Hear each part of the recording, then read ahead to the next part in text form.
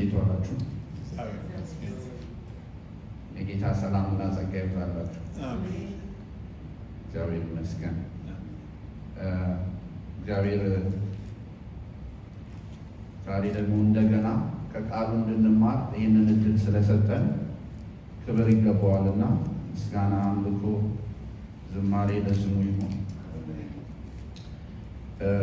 አውቃለሁ አባቶቻችንና ትልልቆቹ ይህንን ሃርድ ኮፒ መጽሐፍ ቅዱስ ይዛችሁ እንደመጣችሁ አውቃለሁ፣ እያየሁ ስለሆነ። ጎረምሶቹ ግን ዲጂታሉን ነው የምንጠቀመውና ግድ የለም ይህንን ሃርድ ኮፒውን መጽሐፍ ቅዱስ ይዘን እንምጣ። ዲጂታሉ ለዓይናችንም ጥሩ ስላልሆነ ይጎዳናል። ግን እንደዚህ ህብረት ስናደርግ ይህንን ሃርድ ኮፒውን ይዘን ብንመጣ ይጠቅመናል። በጣም ደስ የሚል ነገር ስለሆነ ይሄ ለእኔና ለጎረምሶቹ ነው፣ እናንተ አይወክልም እያየሁ ስለሆነ። እሺ፣ ክብር ለኢየሱስ ይሁን። ዛሬ ከእናንተ ጋር የእግዚአብሔርን ቃል የምንካፈለው ክፍል በዘፍጥረት 37 ላይ ምዕራፍ 37 ላይ ያለውን ክፍል አብረን እናያለን። ዘፍጥረት ምዕራፍ 37 የመልእክቴ ርዕስ ዘፍጥረት ምዕራፍ 39 ላይ ያለ ቃል ነው። እንደዚህ ይላል፣ እግዚአብሔርም ከዮሴፍ ጋር ነበረ ይላል። የመልእክቴ ርዕስ እግዚአብሔርም ከዮሴፍ ጋር ነበረ። እንጸልይና ወደ ቃሉ እንሄዳለን። አምላካችን እግዚአብሔር ሆይ እጅግ አድርገን በኢየሱስ ስም እናመሰግናለን። አንተ ታላቅ አምላክ ነህ፣ ክብር ይሁንልህ። አንተ ሰማይን እግዚአብሔር ሆይ ምድርን በቃል የፈጠርክ ታላቅ አምላክ ነህ።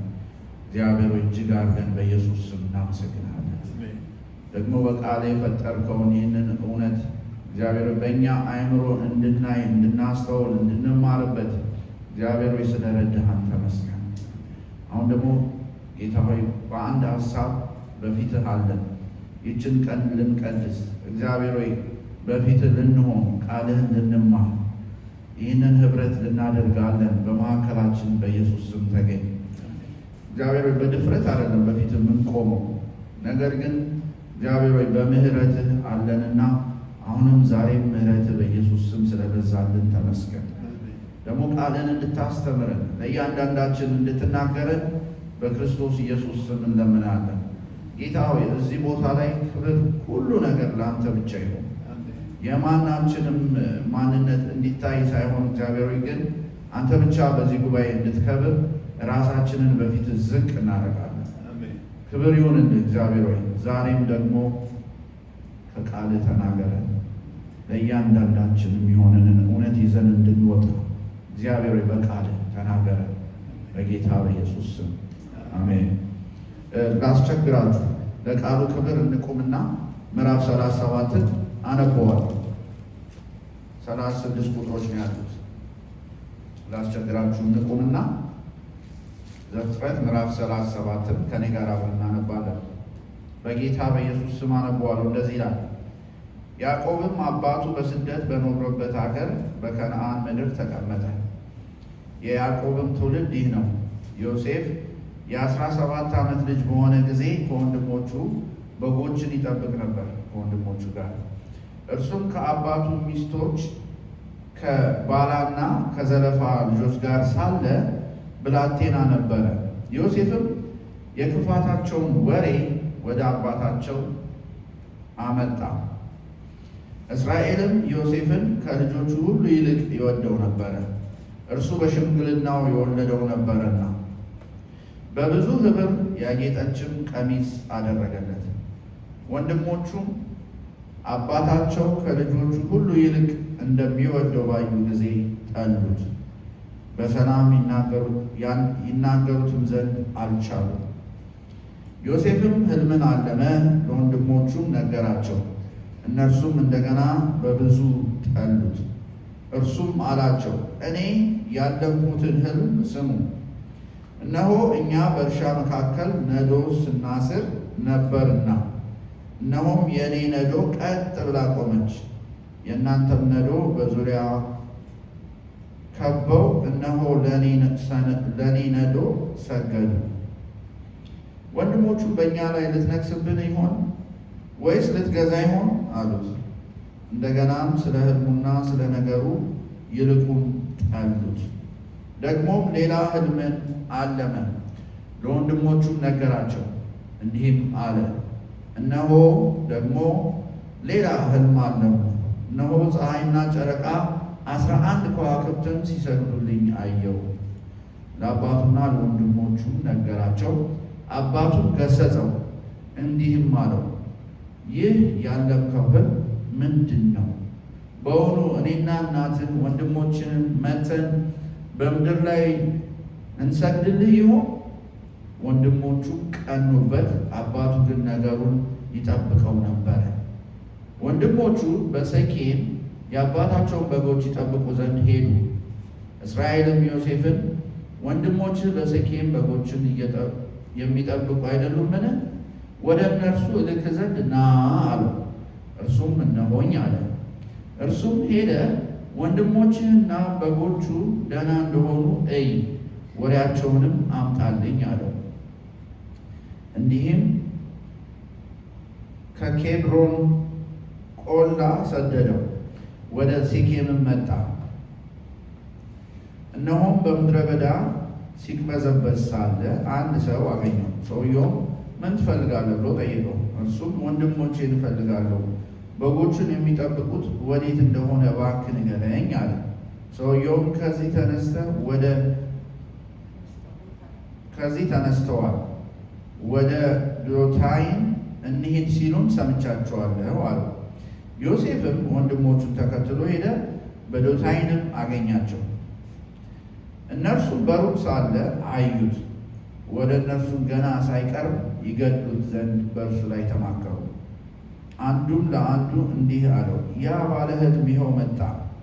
አሁን ኑ እንግደለውና በአንድ ጉድጓድ ውስጥ እንጣለው፣ ክፉ አውሬም በላው እንላለን፣ ከሕልሞቹም የሚሆነውን እናያለን።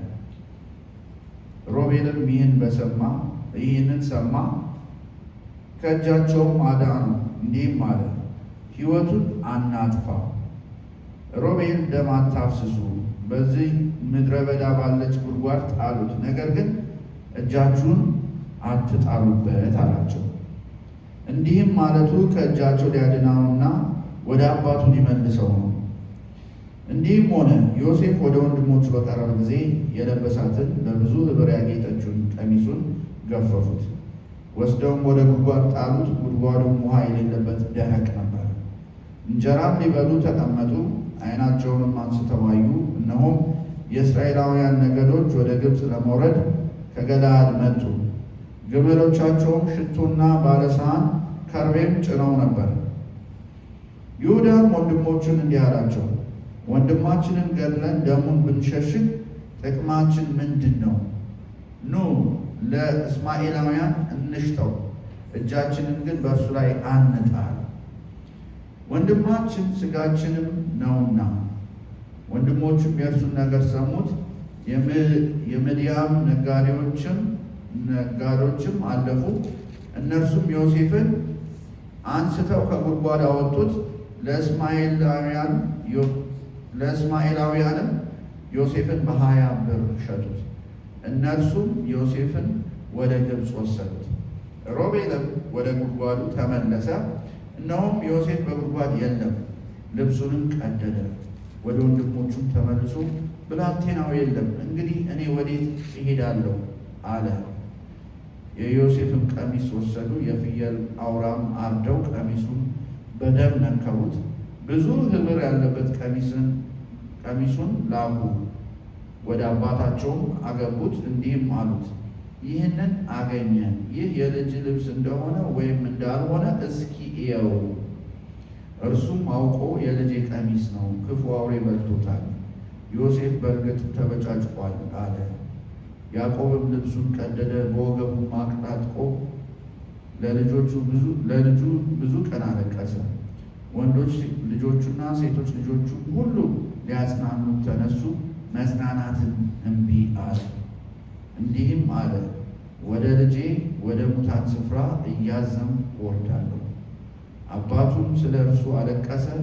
እነዚያ የምድያም ሰዎች ግን ዮሴፍን በግብፅ ለፈርዖን ጃንደረባ ለዘበኞቹ አለቃ ለጲጢፋራ ሸጡት። ክበሩልኝ። ቁጭ በሉ። ይህ ያነበብኩት የእግዚአብሔር ቃል ነው እና እናንተም ደግሞ ይህን ታሪክ እንደምታውቁት አውቃለሁ። ከዚህ ክፍል ብዙ የምንማረው ነገር አለ እና ምንም እንኳን ባለ ታሪኩ ዮሴፍ ቢሆንም ከባርነት ተነስቶ ጠቅላይ ሚኒስትር ስለሆነበት ታሪክ የምናይበት ጉዳይ አይደለም። ሀሳቡ ከባርነት ተነስቶ ጠቅላይ ሚኒስትር መሆን ስላልሆነ ግን ከእግዚአብሔር ጋር የቀረበ ህብረት ለትውልድ ሁሉ ከክፉ ማምለጫ ምክንያት ሲያደርገው እናያለን። የዮሴፍ ከእግዚአብሔር ጋር የቀረበ ህብረት ለትውልድ ሁሉ ከክፉ ማምለጫ ምክንያት ሲያደርገው ለትውልድ በረከት ሲሆን እናያለን። የምታውቁት ታሪክ ነው። እንደው ከዚህ ጀምሬ እኔ 37ን እንድናነብ ሆነ እንጂ የዮሴፍን ታሪክ በደንብ ታውቃላችሁ። እና በወንድሞቹ እንዲጠላ እንዲገፋና እንዲሸጥ ምክንያት የሆነችው ያቺ የልጅነት ህልሙ ናት። ልጅ እያለ ያለማት ያቺ የልጅነት ህልሙ በወንድሞቹ እንዲጠላ፣ እንዲገፋ፣ እንዲሸጥ፣ ጉድጓድ ውስጥ እንዲጣል ሆናበታለች። ያቺ የልጅነት ህልሙ ግን ያቺ የልጅነት ህልሙ ግብፅንም እስራኤልንም እንደውም ከነዓንንም ሁሉ በእግዚአብሔር መለኮታዊ ጣልቃ ገብነት የመዳን መንገድ ስትሆን እንመለከታለን። ያቺ የልጅነት ህልሙ የዮሴፍ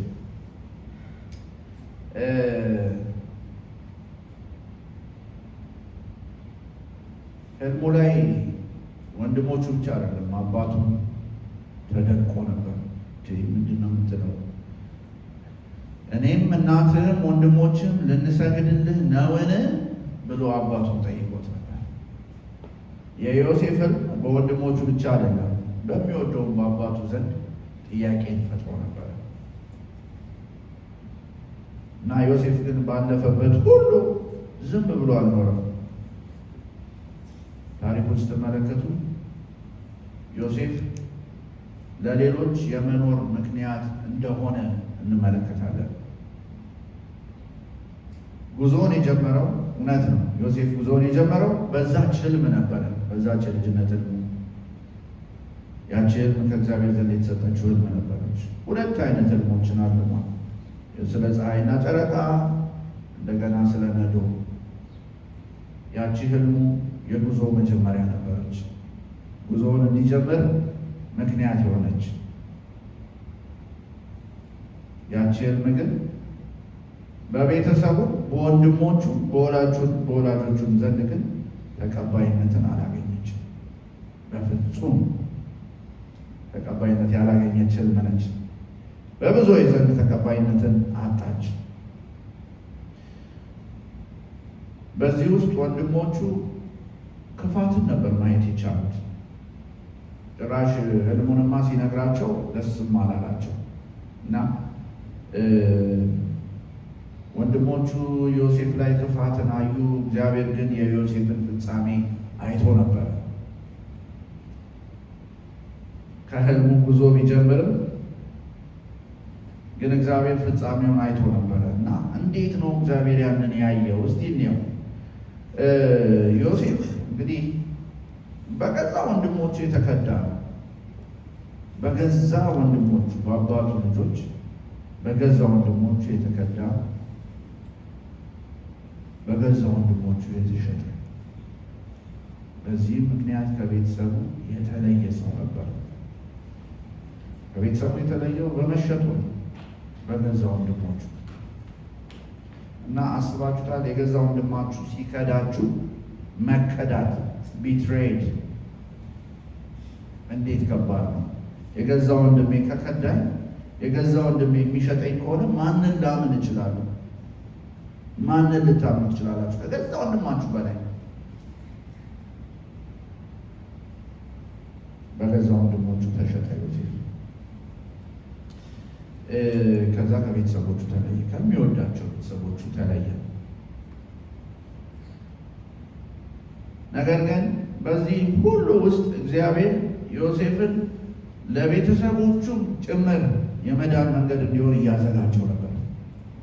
ዮሴፍን በዚህ ሁሉ ውስጥ እግዚአብሔር እያዘጋጀው ነው። ወንድሞቹ ሲክዱት፣ ሲሸጡት፣ ሲማከሩበት ከጀርባው መቼም ከጀርባ ሰው ሲያወራ እንዴት እንደሚያም የሁላችንም አንደርስታንዲንግ እንዳለ አስባለሁና በቅንነት ይመላለስ የነበረ ይሄ ወንድሞቹ ከጀርባው ያሴሩበት ነበረ። እግዚአብሔር ግን በዚህ ሁሉ ውስጥ እነሱ የሚድኑበትን መንገድ እያዘጋጀ ነበረ። የሆነበት ነገር ሁሉ መካዱ፣ መሸጡ፣ መወርወሩ አንዳቸው እግዚአብሔር ለእርሱ ካለው ዓላማ አላጎደሉትም። ዮሴፍ በፍጹም አልጎደለም። እግዚአብሔር ካሰበለት ካቀደለት ከዓላማው በፍጹም አልጎደለም። የገዛ ወንድሞቹ ቢክዱት፣ ጉድጓድ ውስጥ ቢጥሉትም አንዱም ከእግዚአብሔር ዓላማ አላጎደለው። አስቡት። ዛሬ እግዚአብሔር ለማናችንም ለእናንተም ራእይ ሊሰጥ ይችላል። ለዮሴፍን ምን እንደሰጠ እግዚአብሔር ራእይን ለእያንዳንዳችን ሊሰጠን ይችላል። ግን ወደ ፍጻሜ በቀላሉ አይደረስም። ራእያችን ላይ የገዛ ወንድማችን ሊነሳ ይችላል። ራእያችንን ወላጆቻችን ላይ ቀበሉት ይችላሉ እንደ ያዕቆብ። በቀላሉ ግን ፍጻሜው ጋር አይደረስም። በመገፋት፣ በመናቅ፣ በመጠላት በእነዚህ ነገሮች ሁሉ ውስጥ ሳያልፍ ወደ ፍጻሜ መቅረብ አይቻልም። የተቀበላችሁት ራእይ በፍጹም አያስችላችሁ። ዮሴፍ እንደዛ ነው የሆነው በሕይወቱ። ምክንያቱም ዓላማ በጽናት ውስጥ እንጂ በምቾት ውስጥ አይገለጥም። ዓላማ ሲኖረን ሲመቸን፣ በምቾት ውስጥ ዓላማችንን ማጽናት አንችልም። እንደውም ምቾት ያስረሳል። ኮምፎርተብል ላይፍ ከዓላማ ያስወጣል። ዓላማ በጽናት ነው ወደ ፍጻሜ ማድረስ የምንችለው። ዮሴፍ በቂ ምክንያቶች ነበሩት ተስፋ እንዲቆርጥ የሚያደርጉት። በጣም በቂ ኮንክሪት የሆኑ ምክንያቶች ነበሩት። የገዛ ወንድሞች ያመናቸው፣ አባቱን ታዞ የሄደላቸው፣ ስለ ደህንነታቸው ለማወቅ የሄደው እነዛ ወንድሞቹ ያንን ክፋት ሲያደርጉበት ከዚህ በላይ በቂ ምክንያት የለውም። ኮንክሪት የሆነ በቂ ምክንያት ነበረው። ብዙ ምክንያቶች ተስፋ እንዲቆርጥ የሚያደርጉት ከወንድሞቹ ሽያጭ ጀመሩ። ደግሞ አንዴ አይደለም ዮሴፍ የተሸጠው። ታሪኩን እንዳነበሩ መጀመሪያ ወንድሞቹ ሸጡት፣ ከዛ ደግሞ የገዙት መልሰው ሸጡት። ዮሴፍ 2 ጊዜ የተሸጠ ሰው ነው።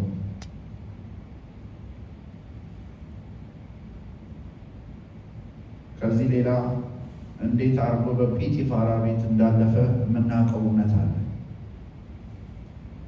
በእስር ቤት፣ በጲጢፋራ ቤት፣ በሽያጮቹ ውስጥ፣ በሁሉ ውስጥ፣ በእነዚህ ሁሉ ውስጥ ሲያልፍ በቂ ምክንያቶች ነበሩ ተስፋ እንዲቆርጥ። ዮሴፍን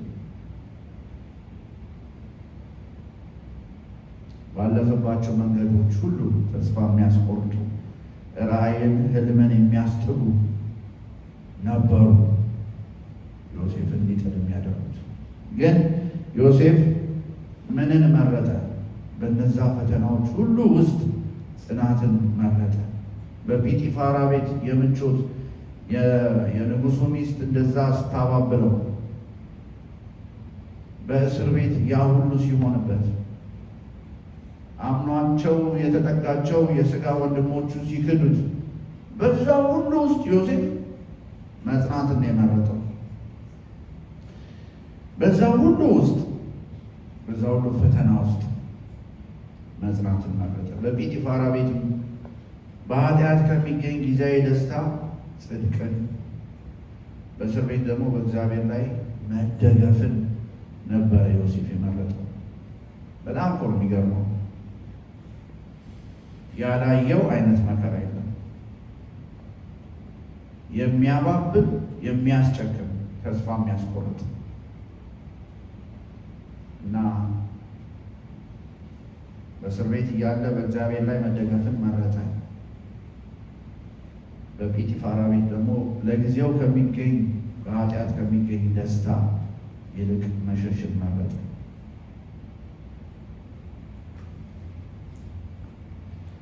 ቅዱሳን እግዚአብሔር እናንተን ወደ አደባባይ ከማውጣቱ በፊት በጓዳ ያያችኋል፣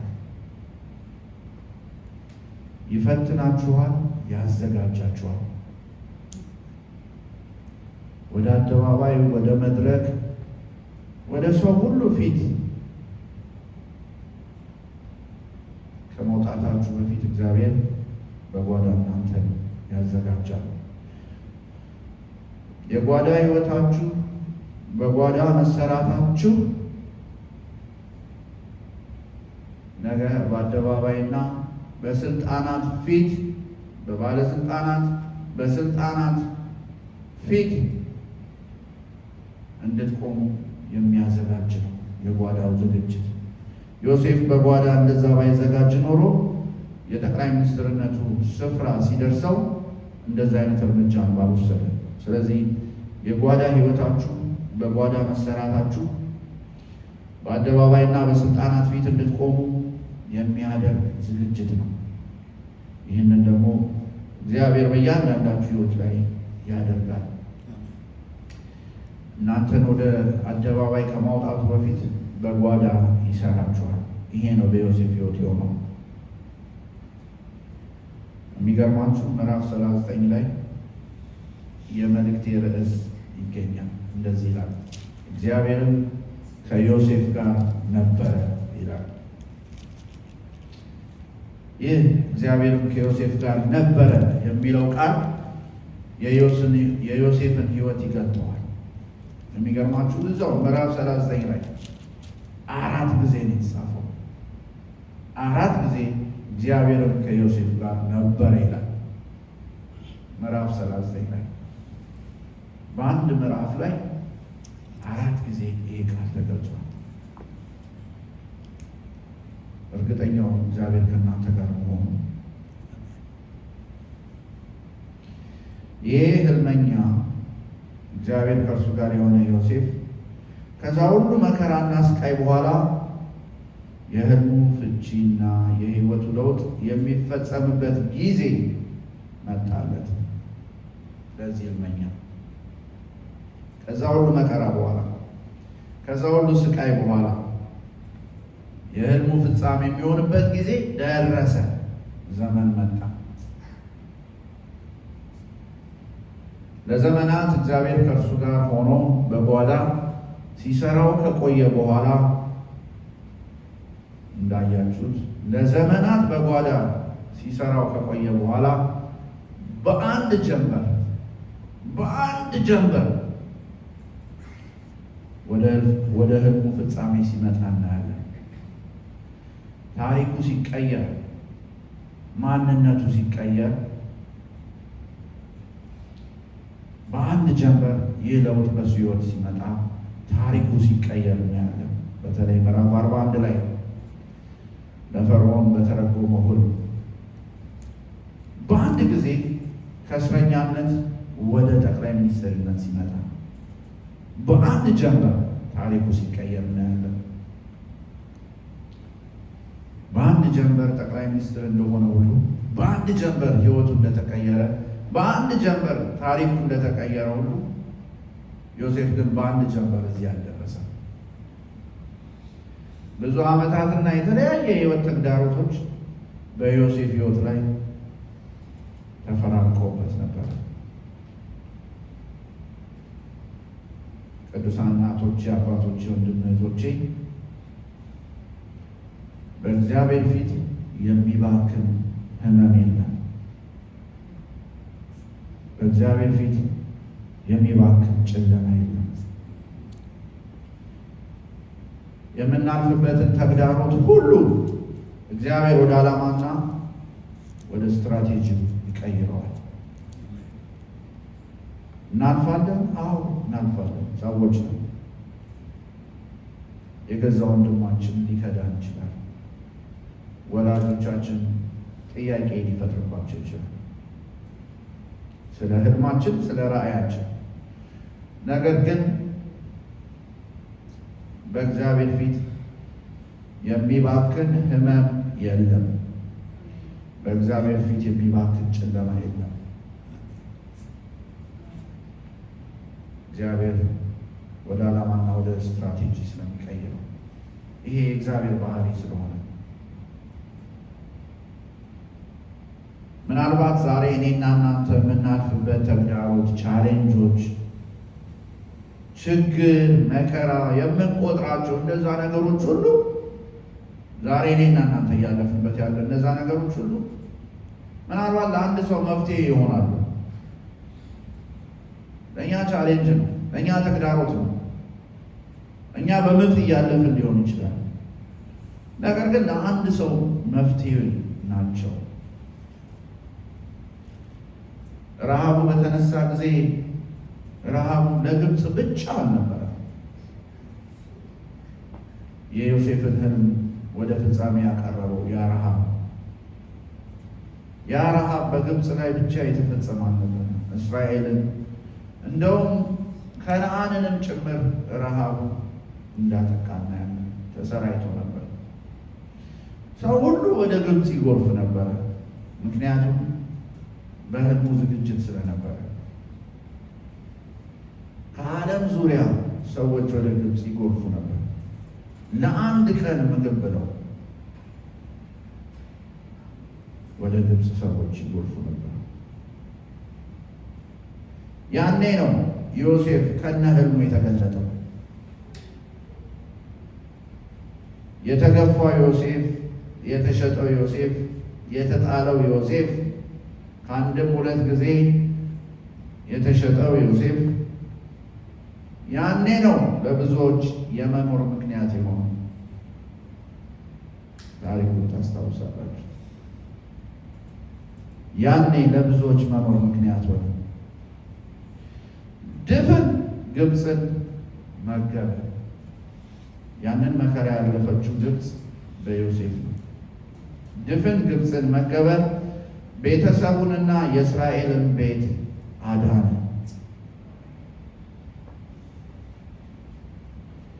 ከነዓንን ጨምሮ በአካባቢው ያሉትን ሀገራት ሁሉ ከዚህ እንዲተርፉ አደረገ።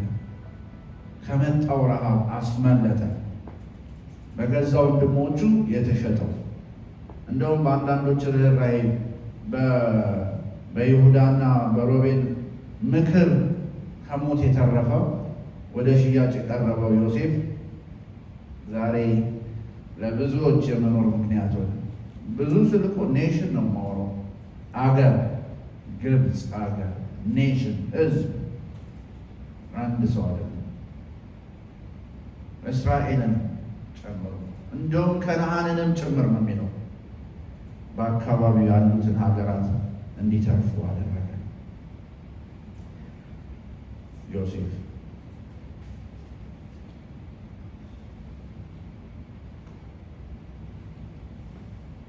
ቅዱሳን ወንድሞቼ፣ እህቶቼ፣ እናቶቼ፣ አባቶቼ እግዚአብሔር ከፍ ሊያደርጋችሁ ይችላል። ይሄ ከባድ ነገር አይደለም ለእግዚአብሔር። ነገር ግን እግዚአብሔር ከፍ ሲያደርጋችሁ ስለ እናንተ አይደለም። እግዚአብሔር ከፍ ሲያደርጋችሁ ስለ እናንተ አይደለም። እግዚአብሔር ከፍ ሲያደርጋችሁ ለሌሎች የበረከት ምክንያት እንድትሆኑ፣ በጓዳ ሰርቶ በአደባባይ ከፍ ሲያደርጋችሁ ስለ እናንተ አይደለም፣ ለሌሎች በረከት ምክንያት እንድትሆኑ። ሕይወታችሁ በእግዚአብሔር ፕሮቪዥን መጋቦነት በሰዎች መኖር ላይ ድልድይ እንድትሆኑ ነው። እግዚአብሔር ከፍ ሲያደርጋችሁ በእናንተ ከፍታ ውስጥ ሌሎች መኖር እንዲችሉ ድልድይ እንዲሆን ነው እንጂ ስለ እናንተ አይደለም። እግዚአብሔር ከፍ ሲያደርጋችሁ ዮሴፍ ይህንን ተረድቷል፣ በደንብ ተረድቷል። የእግዚአብሔር ዓላማ ከሰዎች ሁሉ ምክር በላይ እንደሆነች ተረድቷል። ከጀርባው ከተመከረበት ምክር፣ ከተዶለተበት ዱለታ፣ በጀርባው ከነበረው ጥንስስ ከተመከረበት ምክር፣ ክፉ ሀሳብ ሁሉ የእግዚአብሔር ዓላማ እንደምትበልጥ ዮሴፍ ይህንን ጠንቅቆ ተረድቷል። በደንብ ገብቶታል። የእግዚአብሔር ዓላማ በልጣበታለች ከጀርባው በተደረገ በነዛ ነገሮች ሁሉ። ስለዚህ ዮሴፍ ለወንድሞቹም ይቅርታ እንዳደረገ አቅም እንዳጣ በእንባ ወንድሞቹን ሲያይ እንዴት እንደሆነ የምታውቁት ታሪክ ነው እና በይቅርታ የተሞላ ህይወትና የህይወት ዘይቤ ላይፍ ስታይል፣ ይቅርታ ያለበት ላይፍ ስታይል፣ ያ የእግዚአብሔር ፈቃድ ያለበት የህይወት ዘይቤ ነው።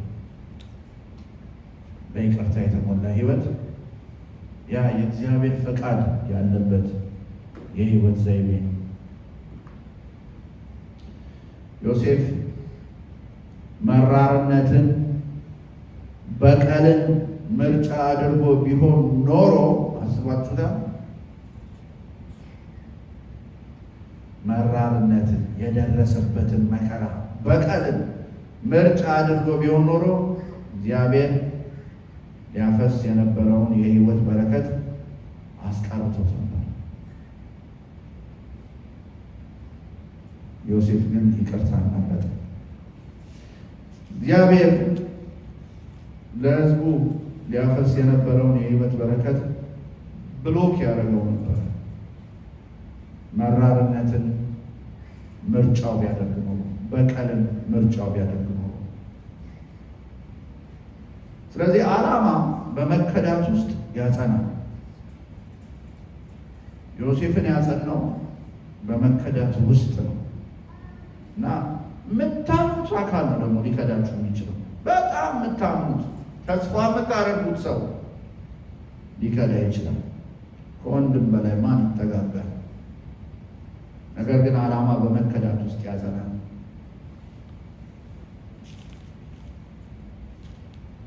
ጽናት ያለው ህይወት ደግሞ በመከራ ውስጥ ያብባል። የዮሴፍን ጽናት ተመልከቱ።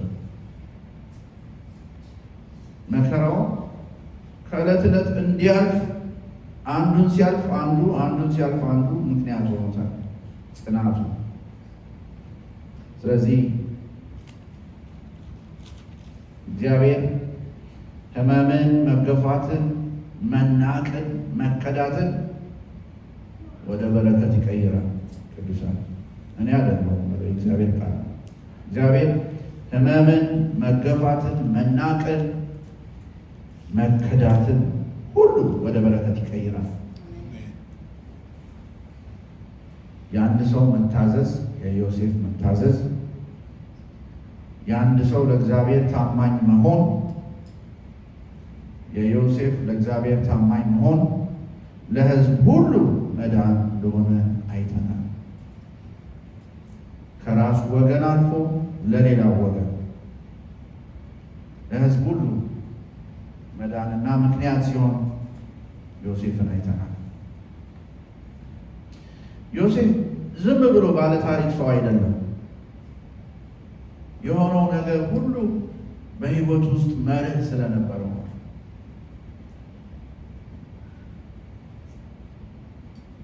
ያለ መርህ ስላልተመላለሰ ነው ዮሴፍ። ስለዚህ ዛሬ እኔና እናንተ ከዮሴፍ ሕይወት መርህን እንሰንቅ። በመጨረሻ በእነዚህ ጥያቄዎች ነው ልተዋችሁ እንፈልገው።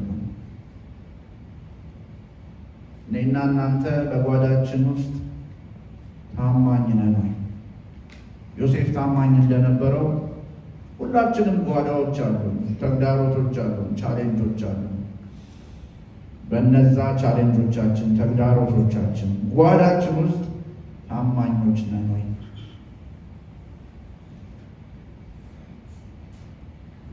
እግዚአብሔርን እየፈቀድኩለት ነው ወይ? በመከራ ውስጥ ሳልፍ ባህሪን እንዲቀርጸው፣ እንዳልታበይ፣ መራር እንዳልሆን፣ እንደዚህ አይነት ባህሪ እንዲኖረኝ በማልፍበት ሁሉ ሁኔታዎች ባህሪን እንዳይቀርጹት ግን እግዚአብሔር ባህሪን እንዲቀርጸው ፈቃደኛ ነን ወይ? እየፈቀድኩለት ነው ወይ? ይህንን ጥያቄ ለእያንዳንዳችሁ መተው እፈልጋለሁ። ለሌሎች በረከት እየሆንኩ ነው ወይ? ነው ወይስ ስጋት ነኝ? ለሌሎች መጣብን የምንባልን ወይስ መጣልን? ለሌሎች በረከት ነን ወይስ ስጋት?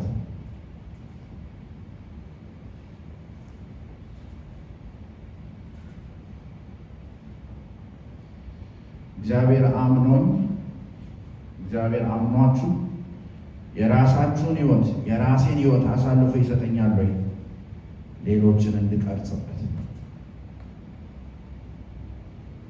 አምኖኝ ይሰጠኛል ወይ? የራሴን ሕይወት ለራሴ እግዚአብሔር አምኖኝ ይሰጠኛል ወይ? ለሌሎች በረከት እንዲሆን ሌሎች እንዲቀረጹበት አምኖ ይሰጠኛል ወይ? እነዚህን ጥያቄዎች ተውላችኋል። እግዚአብሔር ይርዳ። እንጸልይ።